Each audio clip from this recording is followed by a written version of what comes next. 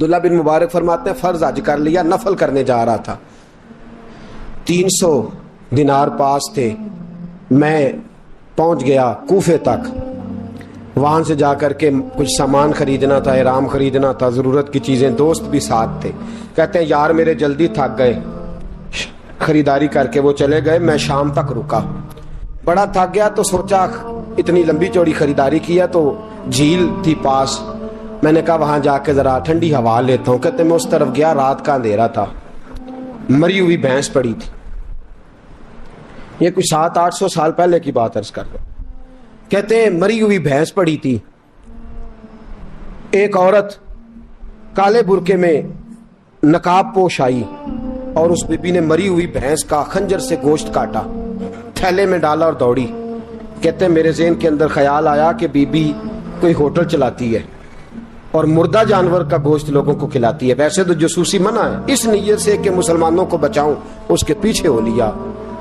کہتے ہیں وہ گلیاں گزرتی گزرتی کوفے کی تنگ گلی میں گئی، ایک بڑا سا دروازہ لکڑی کا، بڑا پھاٹک جو پرانے شہروں میں ہوتے، کہتے اس بڑے پھاٹک پر اس نے زور زور سے دستک دی، دونوں ہاتھوں سے دروازہ کھلا، وہ عورت اندر داخل ہوئی تو 3-4 بچیاں جھٹ سے اس کے گرد اکٹھی ہو گئیں، اماں کچھ لائی ہو؟ تو رونے لگی، کہنے لگی میں کچھ نہیں لا سکی، کہنے لگی یہ مردہ جانور کا گوشت ہے، اور حضور نے فرمایا جب مرنے لگو تو مردار کھا کے بھی جان بچا لو، اب میں دیکھتی ہوں تم سے کھڑا نہیں ہوا جاتا، نہ کھاؤ گی تو گر پڑو گی، یہ مردہ ہی ہے پکا لو۔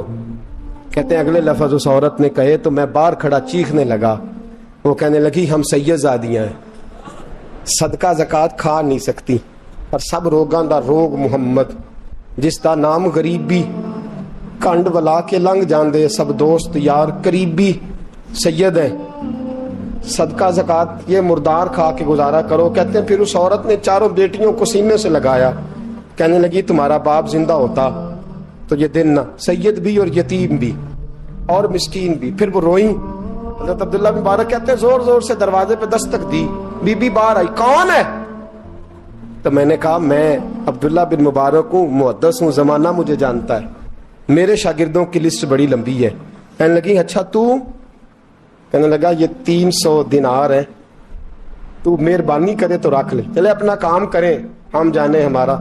کہتے میں نے زمین پہ گھٹنے ٹیک کے نا تو سید زادی کے آگے ہاتھ باندھ دیے، میں نے کہا میں نوکر ہوں، تم اولاد ہو، میں خادم ہوں، تم نسل ہو، مہربانی کرو، مہربانی میرے اوپر مہربانی، پیسے رکھ لو۔ کہتے ہیں میں نے وہ پیسے دیے، میں واپس لوٹا، یار کہنے لگے چل، میں نے کہا نہیں میں نے نہیں آج کرنا، کہنے لگے کوئی نیا پلاٹ لینے کا پروگرام بن گیا، کوئی نئی انویسٹمنٹ، لوگ تانے دیتے ہیں نا، پر جے کر یار دے نام دا ملے مینا، ان چولی پا لئیے پنجے سٹیے نا، جے کر یار دے نام دی ملے سولی، چھوٹا چھوٹ لئیے پشانٹیے نا۔ کہتا ہے میں نے کہا یار جیسے تمہاری مرضی سمجھ لو، یہ میرا راز ہے، میں بتاتا نہیں۔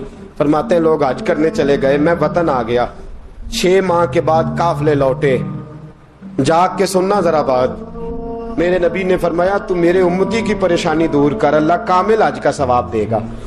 فرمایا میرے حبیب علیہ السلام کی امتی حضرت عبداللہ بن مبارک فرماتے میں آیا حج کر کے، حاجی آئے تو میں بڑی حسرت کے ساتھ، میں گھر میں روتا تھا، سوچتا تھا آج وہ مینا میں ہوں گے، آج وہ مزدلفہ عرفات میں ہوں گے، آج وہ لوگ جمرات کی رمی کر رہے ہوں گے، میں تڑپ کے سوچتا تھا آج در رسول کی حاضری دے رہے ہوں گے۔ کہتے میں روتا تھا، جب حاجی لوٹے 6 ماہ کے بعد تو حاضری دینے گیا، ملنے گیا، پہلا دروازہ کھولا حاجی صاحب نے، میں نے کہا مبارک ہو؟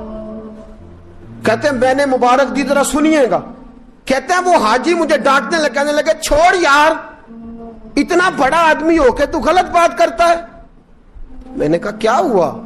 کہنے لگے تو نے ہمیں کہا کہ جانا نہیں، اور پھر ہم مینا میں آوازیں دیتے رہے، تو بات ہی نہیں سنتا تھا، ہم آوازیں دیتے رہے، ان اللہ علی کل شیء قدیر، آوازیں دیتے تھے، سنتا نہیں تھا۔ کہتے میں حیران ہوں، یار میں تو کیا نہیں۔ کہنے لگے ہم 11 حاجی جھوٹ بولتے ہیں تو اکیلا سچ بولتا ہے، سب نے دیکھا ہے۔ کہتے میں پلٹ آیا،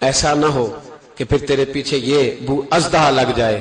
حضرت مالک بن دینار کہتے ہیں جب میں سو کے اٹھا تو میری داڑھی آنسوؤں سے بھری ہوئی تھی، پھر اس کے بعد میں نے توبہ کی، اس طرح کی توبہ کی کہ پھر میں نے کوشش کی کہ دوبارہ میں اپنے رب کی نافرمانی نہ کروں۔ حضرت عبداللہ ابن عباس فرماتے تھے جو دنیا میں ہنس ہنس کے گناہ کرتے ہیں نا، ہنس ہنس کے جھوٹ ہنس ہنس کے بولتے، ہنس ہنس کے لوگوں کی غیبت کرتے، فرمایا یہ جو تمہیں ہنس ہنس کے گناہ کرتے نظر آتے ہیں ان کا رونا قیامت میں دیکھا نہیں جائے گا، ان کے آنسو قیامت میں دیکھے نہیں جائے۔ جو ہنس ہنس کے گناہ کرتے پھر روئیں گے، فَلْيَضْحَكُوا قَلِيلًا وَلْيَبْكُوا كَثِيرًا۔ رب فرماتا ہے زیادہ رویا کرو، کم ہنسا کرو۔ نبی پاک علیہ السلام روتے تو صحابہ کہتے حضور آپ اتنا کیوں روتے ہیں؟ تو محبوب فرماتے جو میں جانتا ہوں وہ تم نہیں جانتے۔ بھائیو، قبروں میں اکیلے جانا ہے، کبھی غور کرنا، اکیلے کوئی بندہ ساتھ حساب دینے نہیں جائے گا۔ اماں بڑا پیار کرتی ہے لیکن قبر میں کبھی کوئی ماں بھی ساتھ دفن نہیں ہوتی، اپنا اپنا حساب دینا مشکل وقت ہے، حساب کر لینا چاہیے، تیاری کر کے رکھنی چاہیے۔ گناہ اگر یہاں ہماری زندگی کو تنگ کریں گے تو وہاں بھی ہمارے لیے مشکلات پیدا کریں۔ نبی کریم علیہ السلام نے فرمایا ہے کہ اللہ بڑا مہربان ہے، اللہ بڑا کریم ہے، اللہ بڑا ستار ہے، اور یاد رکھو جب کوئی اس کی ریٹ کو چیلنج کرے، جب کوئی اس کے قانون کو توڑے، جب کوئی اللہ کی اعلانیہ نافرمانی کرے، پھر رب کریم کی غیرت کو، اس کے عدل کو جوش آتا ہے، توبہ کرے سچی، مسجد کی حاضری دے پابندی کے ساتھ۔ میری آپ سے ہمیشہ یہ گزارش رہتی ہے کہ مسجد کی حاضری پابندی سے دیں۔ میں اپیل کرتا ہوں داڑھی رکھ لیں، یہ میرے نبی کا طریقہ ہے صلی اللہ تعالی علیہ۔ واپس آ جائیں، ہماری بقا نہ ہمارے دین میں ہے، کوئی نہیں ہمیں رکھے گا، کوئی نہیں رکھے گا، کوئی نہیں۔ میرا ایک دوست رات بتا رہا تھا کہ سعودی عرب میں ایک شخص نے 30 سال محنت کی، تو جب وہ مرا ہے وہیں اس کے گھر میں فون کیا تو اس کے گھر والوں نے کہا جناب آپ کو مشکل ہوگی ڈیڈ باڈی بھیجنے میں، وہیں دفن کر دیں، ہاں اگر اس کا کوئی پیسہ ہے تو وہ ذرا اکاؤنٹ میں بھیج دیں، بچیوں کو ضرورت ہے۔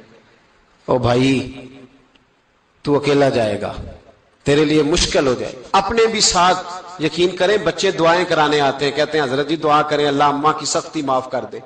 اس کا مطلب کیا ہے کہ اماں اب جائے، اب ہمارا نمبر آئے۔ بچے تو انتظار کر رہے ہیں کہ ابا جائے اور گدی پہ ہمارا نمبر آئے۔ تیاری ہے، اکیلے جانا ہے، اکیلے سخت سا مرحلہ ہے، اکیلے سارا کچھ فیس کرنا۔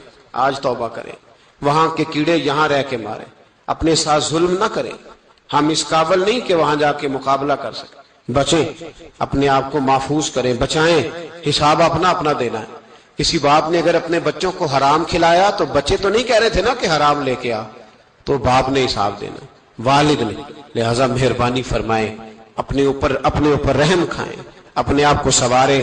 آج جمعۃ الوداع ہے، توبہ کریں، اللہ کے نیک بندوں کی صحبت میں بیٹھا کریں، اچھی باتیں سنا کریں تاکہ دل نرم رہے۔ ان جگہوں سے بچیں جو گناہ کی طرف لے کے جاتی، ظلم سے، زیادتی سے، جبر سے بچیں۔ اپنے آپ کو اپنے رب کریم کی بارگاہ میں جھکا دے۔ ہمارا کہیں اور گزارا نہیں، کوئی نہیں ہمیں پوچھے گا۔ اقبال رو پڑے آخری عمر میں، رو پڑے اور اللہ کی بارگاہ میں عرض کرنے لگے نہ جہاں میں کہیں بھی امان ملی، جو امان ملی تو کہاں ملی، میرے جرم خانہ خراب، تیرے عفو بندہ نواز میں پناہ صرف اللہ رسول کی۔ جیب سے نذرانہ دینے لگے، اس کے نام پر لوگ اپنی جیب سے لنگر پکانے لگے، خانقاہ کی خدمت ہونے لگی، مہمان اس کے آتے، نوکری کوئی اور کرتا۔ میں نے کہا تھا شاید اپنے لیے کہہ رہا ہوں، ڈیوٹیاں لوگ کرنے لگے، حالات بدلنے لگے، لیکن اس کے اندر تو چور تھا، وہ تو دکاندار تھا، تو یہاں جو اس کے پیچھے لگے تھے وہ تو سچے تھے، انہیں تو اجر ملے گا، لیکن اس کا جب راز کھلے گا تو بڑی رسوائی ہوگی، اس کا جب راز کھلے گا تو بڑی۔ ایک میری طرح کا دیندار تھا جو چہرے کا تو نیک تھا، اندر پتہ نہیں کیا کچھ تھا۔ ایک طوائف گزر رہی تھی، اس نے اس کو تبلیغ کر دی، کہنے لگا بس کر دے، سیانی بن جا۔ تو کسی دانشور میں لکھا ہے اس نے بڑا سخت جواب دیا اس عورت نے، کہنے لگی بابا میں تو جو ہوں وہ نظر بھی آ رہی ہوں، تو بتا جو تو نظر آتا ہے وہ تو ہے کہ نہیں؟ اس بندے نے چیخ ماری اور بے ہوش ہو کے گر پڑا. تو لوگوں نے کہا بابا آج کسی صوفی کا کلام سنا ہے جو بے ہوش ہو گیا؟ تو اس نے کہا نہیں، آج طوائف کی بات سنی ہے، طوائف کی. اور وہ عجیب بات کر گئی ہے، وہ کہہ گئی ہے میں تو جو ہوں میں نظر آ رہی ہوں، تو بھی تو بتا نا، تو بتا نا کہ تو دستار امامت پہنتا ہے.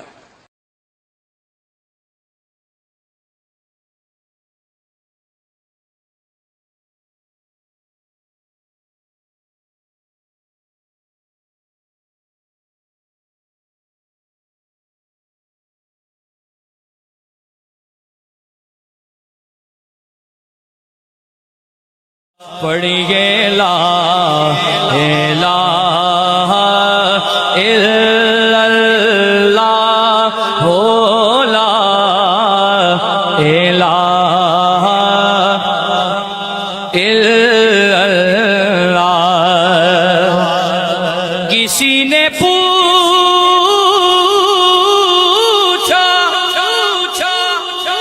کہ جنت کی کوئی قیمت ہے، تو مصطفیٰ نے کہا لا الہ الا اللہ ہو، لا الہ الا اللہ حق، لا الہ الا اللہ ہو. Don't forget to like and subscribe.